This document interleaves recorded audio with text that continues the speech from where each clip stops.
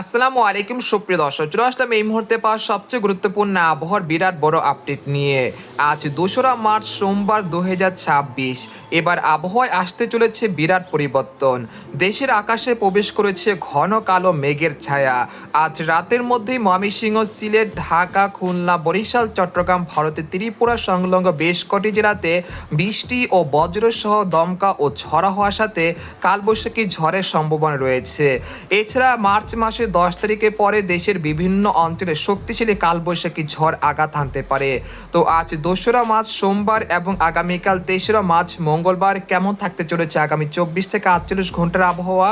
বাংলাদেশ থেকে শুরু করে ভারতের পশ্চিমবঙ্গ, আসাম, মেঘালয় এবং উত্তর থেকে ত্রিপুরা সংলগ্ন বেশ কটি জেলার আবহাওয়া আগামী 24 থেকে 48 ঘন্টা কেমন থাকতে পারে এবং কোন কোন জেলাতে বৃষ্টি এবং বজ্রসহ বৃষ্টিপাতের সম্ভাবনা রয়েছে। এছাড়া আগামী 10 দিনে কোন কোন জেলাগুলোতে কালবৈশাখী ঝড় আঘাত আনতে পারে। তো এই বিষয়ে আরো বিস্তারিত জানতে হলে ভিডিওটি সম্পূর্ণ দেখতে থাকুন।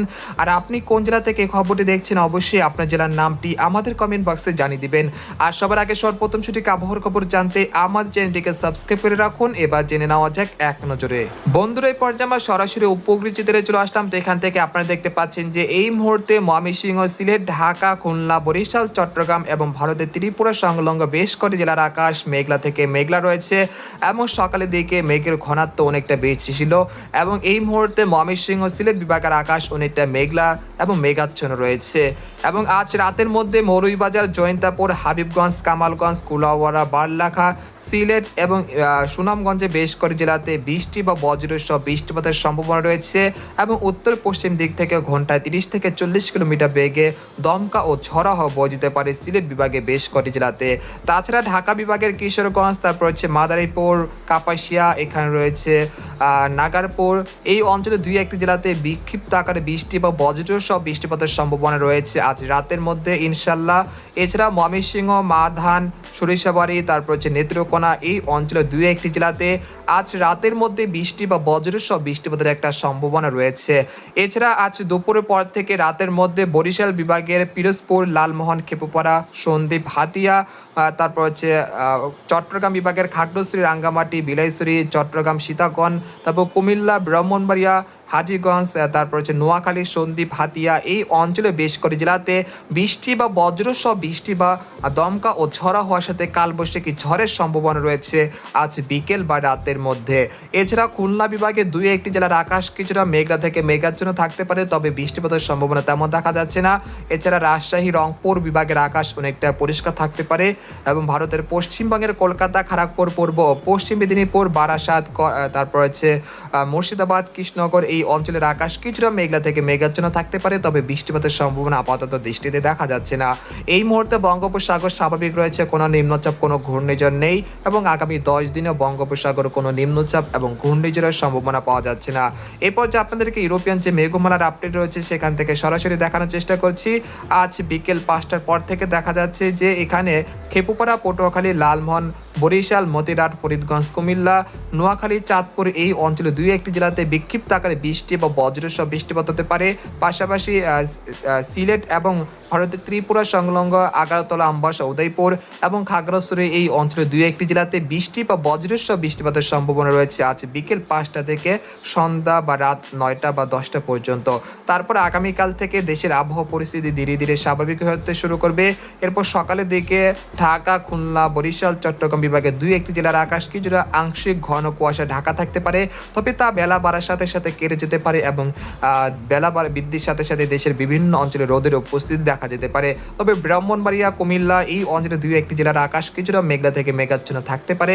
তারপর বিকেলের পর থেকে দেশের আকাশ অনেকটা পরিষ্কার থাকতে পারে। তারপর আমরা রাত 8টা থেকে রাত 12টা, রাত 3টা পর্যন্ত দেশের আকাশ অনেকটা পরিষ্কার থাকতে পারে। তারপর চৌঠা মাস দেখাচ্ছে দেশের বিভিন্ন অঞ্চলের আকাশ অনেকটা পরিষ্কার থেকে পরিষ্কার থাকার সম্ভাবনা রয়েছে। তারপর 5 থেকে 6 মার্চ পর্যন্ত দেশের আকাশ অনেকটা পরিষ্কার থাকতে পারে এবং 6 মার্চ শুক্রবার দেখা যাচ্ছে খুলনা, বরিশাল, ভারতের পশ্চিমবঙ্গে দুই একটি জেলার আকাশ কিছুটা মেঘলা থেকে মেঘাচ্ছন্ন থাকতে পারে। তারপর 7 বা 8 মার্চের পর থেকে দেশের আবহাওয়ার পরিস্থিতি আবহাওয়ার পরিবর্তন আসতে শুরু করবে। একই সঙ্গে বঙ্গোপসাগর থেকে জলীয় বাষ্প দেশের অভ্যন্তরে প্রবেশ করবে, যার ফলে 9 বা 10 মার্চে দেশের উত্তর পূর্ব অঞ্চলে বেশ করে জেলাতে মেঘলা থেকে মেঘাচ্ছন্ন আকাশ হতে শুরু করবে। তারপর 10ই মার্চ মঙ্গলবার সকাল বা রাতের দিকে দেখা যাচ্ছে যে রংপুর বিভাগের কুড়িগ্রাম, ঠাকুরগাঁও, পঞ্চগড়, তেঁতুলিয়া এই অঞ্চলের 2-1টি জেলাতে উত্তর পশ্চিম দিক থেকে ঘন্টায় 30 থেকে 40 কিলোমিটার বেগে দমকা ও ঝড়ো হওয়ার সাথে কালবৈশাখী ঝড়ের সম্ভাবনা রয়েছে 10ই মার্চ মঙ্গলবার দুপুর 2টা থেকে বিকেল 5টার মধ্যে।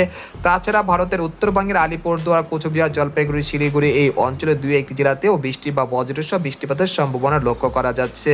তারপর 10ই মার্চ বিকেল বা সন্ধ্যার দিকে দেখা যাচ্ছে এই কালবৈশাখী ঝড় রাজশাহী, চাঁপাইনবাবগঞ্জ, কালিয়া, সিংড়া, বগুড়া, তারপর হচ্ছে সিরাজগঞ্জ, টাঙ্গাইল, তারপর সরিষাবাড়ি, ময়মনসিংহ এই অঞ্চলে বেশ কয়েক জেলাতে বৃষ্টি বা বজ্রসহ বৃষ্টিপাতের সাথে ঘন্টায় 30 থেকে 40 কিলোমিটার বেগে দমকা ও ঝড়ো হাওয়া বয়ে যেতে পারে। অর্থাৎ বলা যাচ্ছে যে আগামী 10ই মার্চ থেকে সারা বাংলাদেশ এবং পশ্চিমবঙ্গের বিভিন্ন জেলাতে কালবৈশাখী ঝড়, শিলাবৃষ্টি ও বজ্রপাতের আশঙ্কা রয়েছে। তারপর 11ই মার্চ বুধবার সকালের দিকে চলে আসলাম। আসার পর দেখা যাচ্ছে রংপুর, ময়মনসিংহ ও সিলেট বিভাগে বেশ কয়েক জেলাতে বিক্ষিপ্ত আকারে কালবৈশাখী ঝড় ও শিলাবৃষ্টি দফায় দফায় হওয়ার সম্ভাবনা রয়েছে সকাল থেকে সন্ধ্যার মধ্যে। তারপর এই কালবৈশাখী ঝড় একেবারে 15ই মার্চ বা ঈদের আগ পর্যন্ত চলমান থাকার সম্ভাবনা রয়েছে। এতে করে যাদের ধানি জমি রয়েছে বা যারা চাষি ভাইরা রয়েছেন তাদের অনেকটা ক্ষয়ক্ষতি হতে পারে, এবং যাদের আম চাষি বা আমের মুকুল হয়েছে যে গাছে সেগুলো কিন্তু অনেকটা ক্ষয়ক্ষতির আশঙ্কা রয়েছে শিলাবৃষ্টিপাতের কারণে। তো এই পর্যায়ে আপনাদেরকে তাপমাত্রার যে মডেলের পূর্বাভাস রয়েছে সেখান থেকে সরাসরি দেখানোর চেষ্টা করব এই মুহূর্তে দেশের তাপমাত্রার কি পরিস্থিতি রয়েছে। এই মুহূর্তে দেশের সর্বনিম্ন তাপমাত্রা গতকাল দেশের সর্বনিম্ন তাপমাত্রা রেকর্ডকৃত হয়েছে রংপুর বিভাগের কোথাও কোথাও প্রায় 20 থেকে 20 ডিগ্রি সেলসিয়াসের কাছাকাছি। এছাড়া দিনের সর্বোচ্চ তাপমাত্রা এই মুহূর্তে দেখা যাচ্ছে ঢাকা, খুলনা, বরিশাল, চট্টগ্রাম এই অঞ্চলগুলো কোথাও কোথাও প্রায় 30 থেকে 31 ডিগ্রি সেলসিয়াসের কাছাকাছি। এবং আগামীকাল দেশের সর্বনিম্ন তাপমাত্রা রেকর্ডকৃত হতে পারে রংপুর, রাজশাহী, খুলনা, বরিশাল এই অঞ্চলে কোথাও কোথাও প্রায় 22 থেকে 21 ডিগ্রি সেলসিয়াস কাছাকাছি তাপমাত্রা রেকর্ডকৃত হতে পারে। অর্থাৎ বলা যাচ্ছে যে রাত্রিকালীন যে শীতের তীব্রতা রয়েছে সেটা কিন্তু ধীরে ধীরে উধাও হতে শুরু করেছে ইতিমধ্যেই, এবং আগামী দিনগুলোতে কিন্তু তাপমাত্রা অনেকটা ঊর্ধ্বমুখী হতে শুরু করবে, এবং দেশের বিভিন্ন অঞ্চলে তাপমাত্রা বেড়ে এই বছরের মতো শীতকাল কিন্তু প্রকৃতি থেকে কিন্তু বিদায় নিতে শুরু করবে। এর আগে আগামী 15ই ফেব্রুয়ারি পর থেকে দেশের বিভিন্ন অঞ্চলে এই বছরের মতো শীতকাল কিন্তু বিদায় নিয়েছিল, এবং প্রকৃতি থেকে এখনো কিন্তু শীতকাল বিদায় নেয়নি।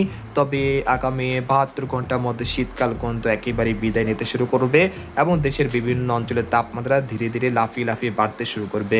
এরপর যে আপনাদেরকে আরেকটি মডেলের পূর্বাভাস দেখানোর চেষ্টা করছি, তাপমাত্রা যে মডেলের পূর্বাভাস রয়েছে সেখান থেকে সরাসরি দেখানোর চেষ্টা করছি। এই মুহূর্তে দেশের তাপমাত্রা অনেকটাই বাড়তি রয়েছে, এবং আজ দেশের মূলত ঢাকা, খুলনা, বরিশাল, চট্টগ্রাম এবং সিলেট বিভাগের 2-1টি জেলাতে বিক্ষিপ্ত আকারে বৃষ্টি বা বজ্রসহ বৃষ্টিপাত হতে পারে, এবং এই বৃষ্টিপাত আগামীকাল থেকে হ্রাস পেতে শুরু করবে। তারপর 8 বা 9 তারিখের পর থেকে আবারও দেশের বিভিন্ন অঞ্চলে বৃষ্টিপাতের প্রবণতা ধীরে ধীরে বৃদ্ধি পেতে পারে।